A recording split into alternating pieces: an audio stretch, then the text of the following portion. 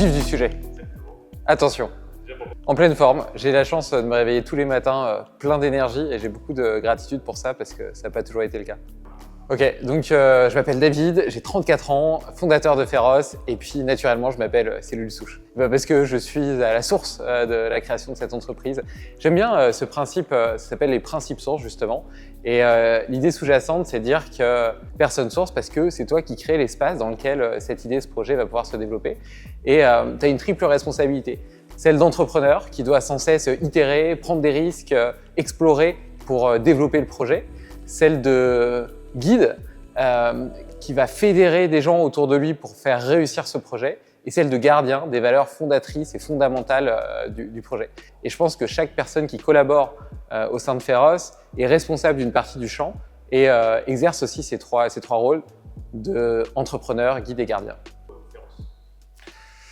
L'intensité, le fait de vivre pleinement sa vie. J'ai l'impression que les émotions véritables sont parfois en compétition avec des plaisirs simples, faciles, très accessibles, comme le fait de scroller sur TikTok ou de regarder une série Netflix, qui vont nous apporter une satisfaction mais peu durable, qui ne vont pas créer de réels souvenirs, de réelles émotions. Et donc pour moi, Pharos, c'est une invitation à exprimer ton plein potentiel.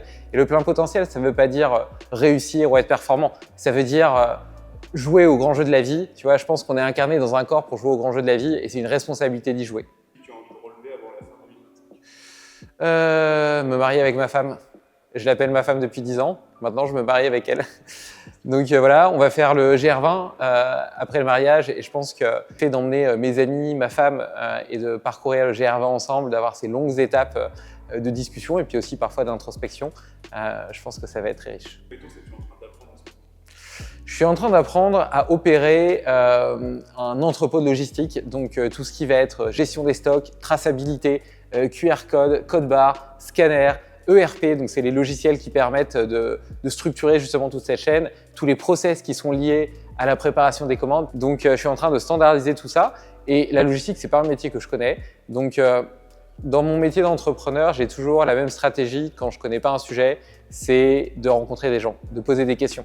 Et donc, grâce à toutes ces connaissances, à tous ces conseils, petit à petit, j'ai forgé des convictions sur la meilleure chose, le plan le plus efficace pour mettre en place toute cette supply, toute cette partie logistique. Puis après, ça va être avec le terrain, à l'utilisation, qu'on va s'apercevoir éventuellement des points de friction et petit à petit qu'on va les régler pour avoir quelque chose qui tourne comme une horloge suisse.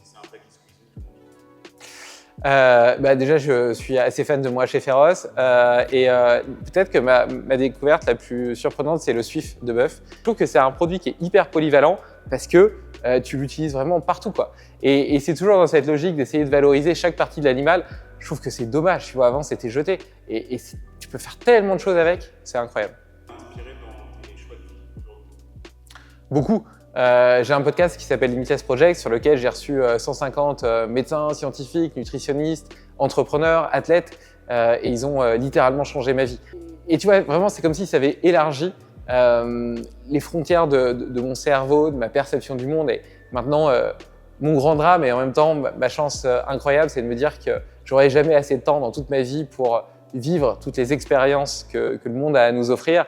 Et à la fois, c'est frustrant et en même temps, c'est génial parce que j'ai la certitude de jamais m'ennuyer. Waouh, super dur, le silence. Le silence, en fait, si tu regardes, nos sens, ils sont constamment sous-stimulés. Il y en a qu'un qui fait exception à ça, c'est Louis. Le vrai silence, c'est une denrée qui est devenue extrêmement rare. Et ouais, je pense que j'ai besoin de parfois réduire tout le bruit autour, surtout que j'ai tendance à être assez intellectuel et à surstimuler un peu mon cerveau. Et ces moments où je diminue un peu le seuil laminaire. Et pour autant, tu vois, je vais avoir tendance, quand je vais courir, à écouter de la musique ou à écouter un podcast. Et maintenant, je me force à pas le faire parce que je m'aperçois à quel point ça m'aide à me régénérer intellectuellement, d'avoir ces moments juste de silence en contact avec la nature. Conseiller un truc très simple aux gens à mettre en place. Aller marcher 10 minutes le matin, au lever du soleil. Et en plus, d'un point de vue plus physiologique, il y a des vrais avantages parce qu'en fait, ce qui permet à notre corps de fonctionner correctement, c'est un tas d'hormones. Les hormones, c'est des messagers. Et tout ce balai hormonal, ce balai des neurotransmetteurs, il est médié par ce chef d'orchestre. Et donc, si tu démarres mal ta journée, en fait, il n'y a rien qui peut fonctionner. J'aime bien cette image de Nassim Nicolas Taleb dans Antifragile qui dit qu'il appelle ça la stratégie de l'haltère. Plutôt que d'être dans le ventre mou du milieu de l'haltère, le but, c'est d'à chaque fois être dans les extrêmes. Quand tu travailles, quand tu es concentré, quand tu veux faire quelque chose, sois à 100% dedans, hyper concentré, hyper sharp, hyper dédié à ce que tu fais.